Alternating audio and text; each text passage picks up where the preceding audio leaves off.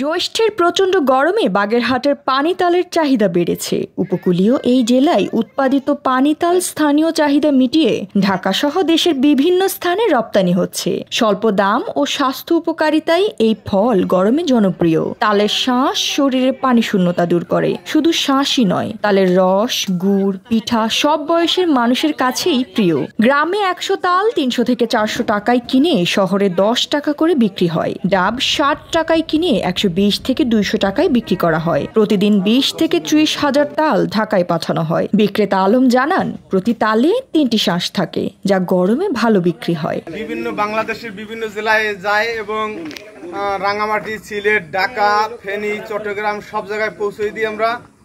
আর ১০০০ তাল ৮০০০ টাকা করে বিক্রি হয়। আর ডাব ১০০০ ৬০,০০০ টাকা পাইকারি রেটে আরতে আমরা বিভিন্ন জেলায় জেলায় পৌঁছে দিই। বাগেরহাটে তাল ভাটাই ঢাকায় বাগান দিয়ে সংগ্রহ করি, মোড়লগঞ্জ থেকে সংগ্রহ করে, এই বাগান দিয়ে সংগ্রহ করে আমরা ঢাকায় পাঠাই। তাল গাছ প্রাকৃতিক দুর্যোগ রোধে সহায়ক হলেও গত ২০ বছরে রক্ষণাবেক্ষণের অভাব রয়েছে। মোরেলগঞ্জের কৃষি কর্মকর্তা সাইফুল ইসলাম বলেন, তাল একটি অর্থকরী ফসল, যা এনজিও ও সরকারি উদ্যোগে বেশি লাগানো উচিত। সড়ক বিভাগও এতে ভূমিকা রাখতে পারে।